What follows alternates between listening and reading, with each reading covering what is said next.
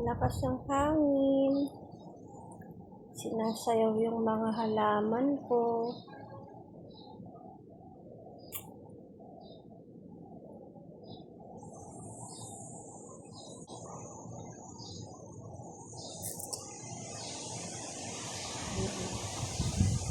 Sayaw sila, oh.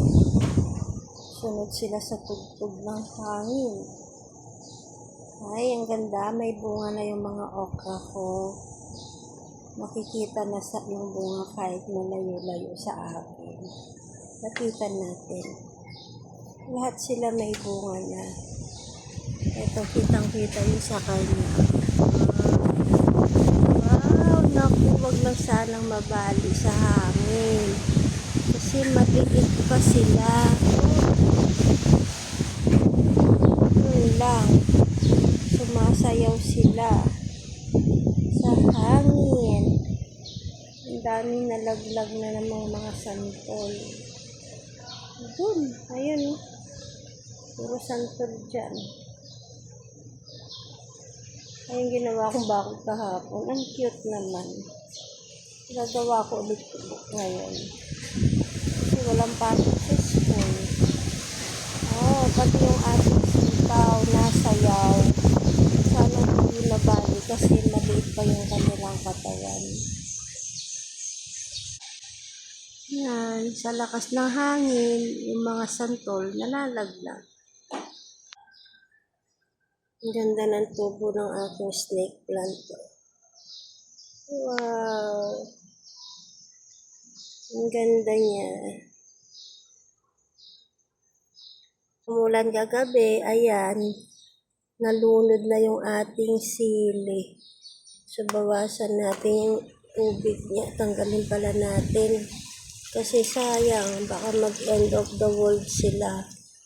Na tumubo na sila eh. Ayun. Pag sobrang tubig din ng halaman, namamatay din sila. Ayan. Ito red pepper yan. Yan tumubo na yan. Ang cute. May bunga din siya, oh. Ang liit ng okra ko, may mga bunga na.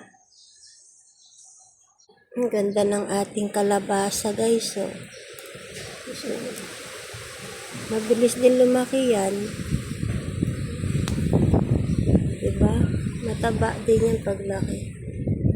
Sarap magsinigang ng bangus. May kangkong. Tapos may mga santol na nalalaglag. Problema, wala pala akong isda. Sa linggo na ako hindi nagmapalengke. Libre na sana yung aking kangkong at santol. Yan. Mahangin. Sana hindi sila mabalik or matumba.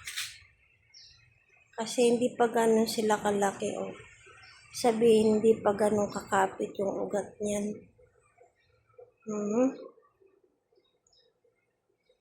Sana sasayaw lang sila. Hindi sila mababalik. Para hindi sila mabawasan. May nalaglag na naman santol niyan. Ito may papakita ako. Bawal sa maselan. Pero ito share ko lang. Meron kasi kaming biniling pang spray.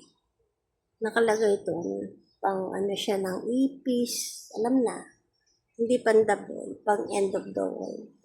Alam nyo ba, dahil nasa ground floor kami, syempre, ang paligid namin ganyan. So, maraming insekto dyan. Kasama ng ipis dyan, uod, basta, yung mga insect, mga langaw. So, ginawa namin, nag-spray kami dito sa mat namin dito sa labas.